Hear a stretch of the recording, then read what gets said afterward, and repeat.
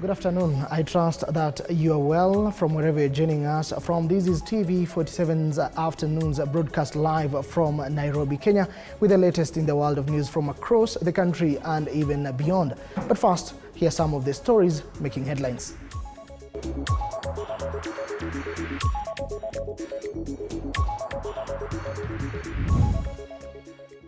ODM leader Raila Odinga arrives in Malindi, Kilifi County for public consultation meetings with party delegates. NCAC issues a warning letter to former Deputy President Rigathi Gachagua over hate speech remarks. Two suspects in the murder of Briton Campbell Scott to be detained for 21 days.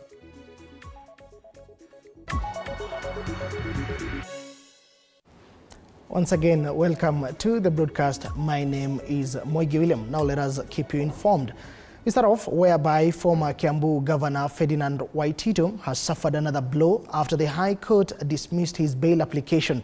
The High Court has dismissed an application by Waitito to be released on bond pending hearing and determination of his appeal. The High Court, through Justice Lucy Njuguna, said it was convinced that Waitito ought to be released based on his ill health. The former county boss has been in jail after the anti-corruption court found him guilty of conflict of interest and dealing with millions from Kiambu through the 588 million Kenya shillings tender. On the question of ill health, it is right that the applicant's ill health does not constitute exceptional circumstances where medical facilities are available for prisoners and where the prison is equipped to take care of the ill health of the applicants, and where, if need arises, the prison's personnel may seek referral to other facilities outside the prison.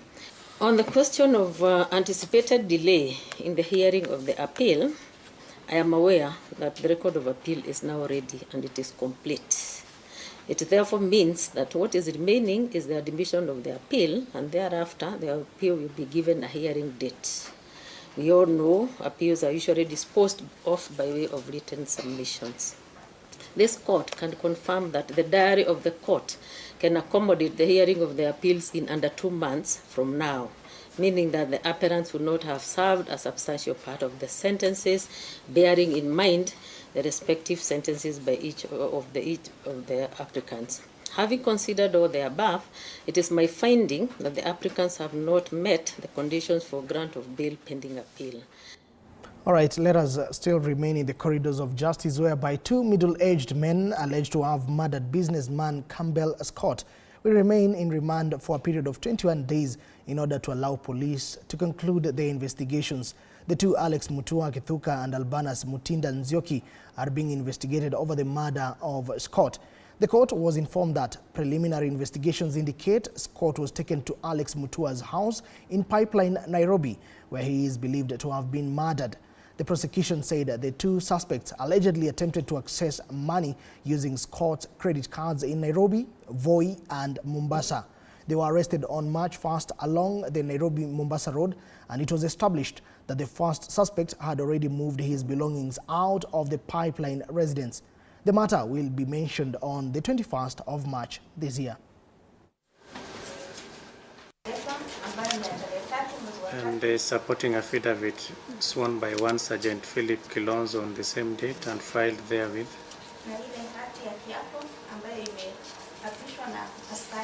I have also considered the submissions made by the prosecution counsel and the response by the first respondent.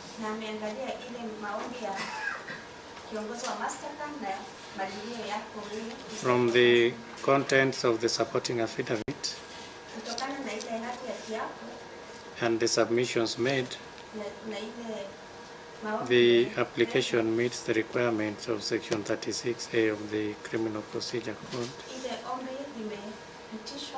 The first respondent and the second respondent to be held in police custody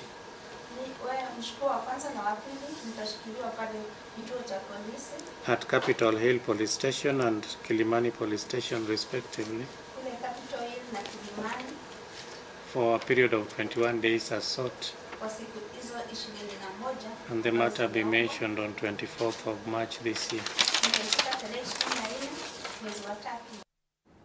All right, and away from that, we turn to matters education, but still matters crime, and the Court of Justice, whereby the two individuals, that is Moses Masiga, the Chancellor of Northwestern Christian University College, and his Vice Chancellor, that is Jackson Hayamba, who were arrested on Friday holding a graduation ceremony and awarding degree and doctorates at Wild Waters, that is Nyali, yet they have not registered with the Commission for University Education, have been arraigned today at Shanzu Court in Mombasa County.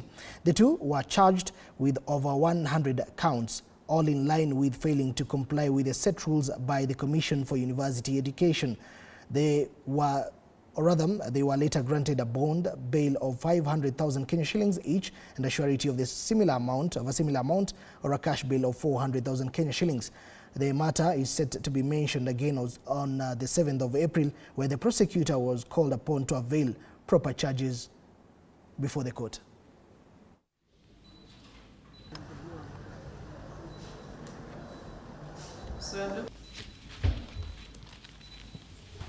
In the circumstances, I will give the prosecution time to avail proper charges before this court, charges that are manageable and are consistent with the law. In the meantime, each accused person is released on the following terms. Each accused to be released on a bond of 500,000 shillings with one similar surety, or a cash bail of 400,000 shillings. The cash bail depositor or surety to appear with a letter from the area chief confirming that the accused persons are well known to them. Mentioned on 7th of April for the prosecution to avail proper charges before this court. Elsewhere, the National Cohesion and Integration Commission, that is NCIC, has issued a notice to former Deputy President Rigathi Gachagua, cautioning him against making remarks that contravene the National Cohesion and Integration Act of 2008. This is after the former Deputy President alleged that he will mobilize citizens to protest if Chief Justice Martha Koome is removed from office. In a statement released on Monday, March 3rd, 2025, the Commission emphasized the importance of responsible speeches, urging all leaders to promote unity and national cohesion.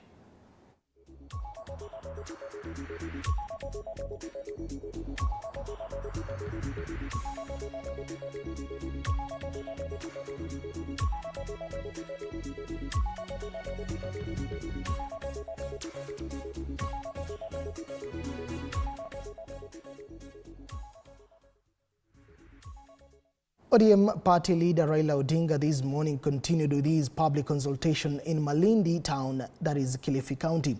The former Prime Minister has actively demanded government to act swiftly and compensate families of demonstrators who lost their lives during the 2023 Azimio protest and anti-finance bill protest, that is in the year 2024. Odinga was received by Kilifi County leaders including Governor Gideon Mung'aro and County Assembly Speaker Teddy Mwambire, alongside several members of the County Assembly. Betty Kache nominated MCA Ganda was Malindi coordinator of the Honorable Malindi constituency and Secretary Malindi sub-branch. Community. ODM.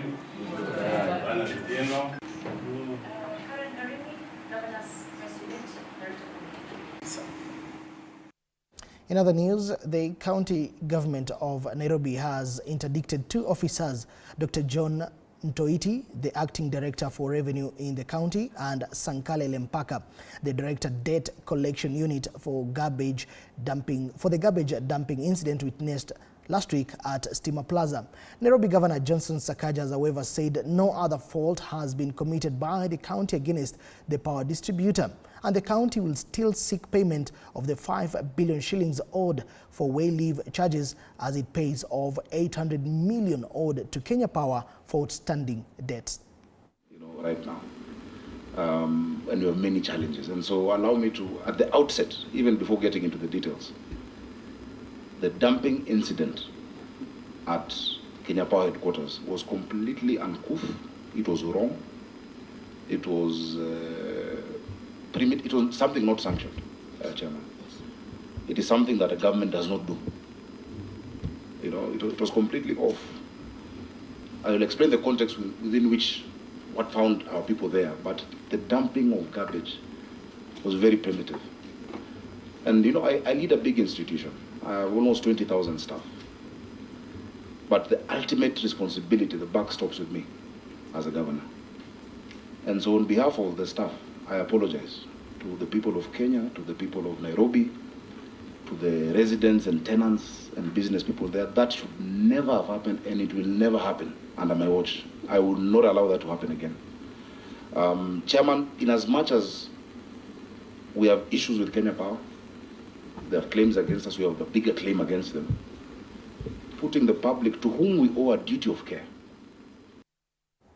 Prime Cabinet Secretary Musalia Mudavadi held an engagement with International Monetary Fund's Deputy Division Chief Rebecca Spackman at a kick-off meeting of the IMF Governance Diagnostic Assessment Scoping Mission for Kenya. The two discussing the process and expectations of a technical mission that aims to identify corruption vulnerabilities and their likely impact on Kenya's microeconomics performance. The people here, some of them will be. It would also be good for us to hear from you where you would see this going, and perhaps if it will have implications on our conversations on a new program, so that everybody is aligned so that we do something, but also it's good for people to know what is the end game. What do we want to achieve? Our focus is on macroeconomic critical areas. So it's not all of government, it's the macroeconomic critical areas that we'll be focusing on. So we'll be analyzing and we'll be recommending actions for addressing these corruption vulnerabilities and other governance issues that we may see that would impact your macroeconomic stability. And Trans Nzoia Governor George Natembeya has criticized his opponents who claims that he was chased out of Member of Parliament, that is Malulu Njendi's home, over the weekend in a political standoff. This comes a day after the governor visited the home of the late Malava Member of Parliament Malulu Njendi in paying the last respect, where the reports of Natembeya being wished away took center stage on social media, reports that he has denied. Speaking today, Natembeya has refuted the allegations, saying that nothing like that happened, calling on those planning and spreading such propaganda to come out, hence reiterating his political stand in defending the rights of every Kenyan. Bila mambo yote kukuwa na fujo, kukuwa na makelele yote. Lakini wakati tukiongea kulikuwa na wamama karibu 5 pale, walikuwa wamevaa reflector jackets. Walikuwa wanasema Ruto, Ruto, Ruto, Ruto. So wala ambao tu kwenye ulingo wa siasa, mimi nilijua kwamba vile wanaimba jina la rais, hapa local politics sijawekwa. So sema kwamba labda kuna kiongozi wa Malaba ama Kakamega amechochea wale wamama 5 kupiga kelele. Mimi nikaona sasa ile siasa mahali mimi nacheza mahali imenifikisha ni hapo. Wameniweka katika kiwango cha rais. Mimi vile mimi naona niko kwenye barabara ambayo iko nzuri. Wala ambao walikuwa wanajua nini kilifanyika pale. Mimi sidhani kama kuna sehemu yote upande wa magharibi ambayo anaweza kwenda mtu aseme kwamba Natembeya amepigwa, amefukuzwa na watu. Fanya uchunguzi, wajue kwa ukweli nini kilifanyika pale na wa take corrective measures, wapeane report ambazo za uhalisi.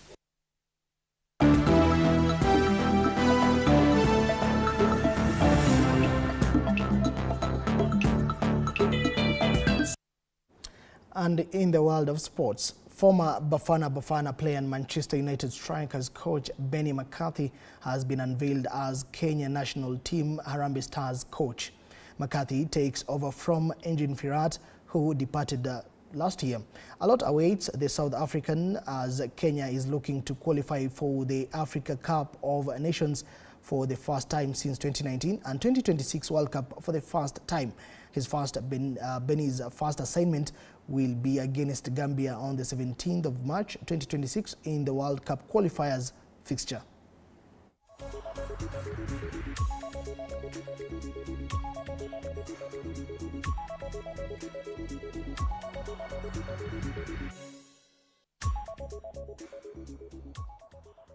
And now, the Gong of Marvin Chess Club emerged as the winner in the open section after registering excellent 7.5 points in the Marvin's chess tournament. Dong Gong stunned KCB's Benjamin Magana, who garnered 7 points to emerge second in the highly contested ladies section. KCB's Joyce Nyaruai emerged victorious, while Mutisia Julie of Equity Chess Club, who emerged second with 5 points, came second, while her teammate Sasha Mongeli finished third. In the university category, Karen Ezekiel of University of Nairobi bagged the award with 7 points, while Moshila Angel, that is Kasiani of Strathmore University, finished second.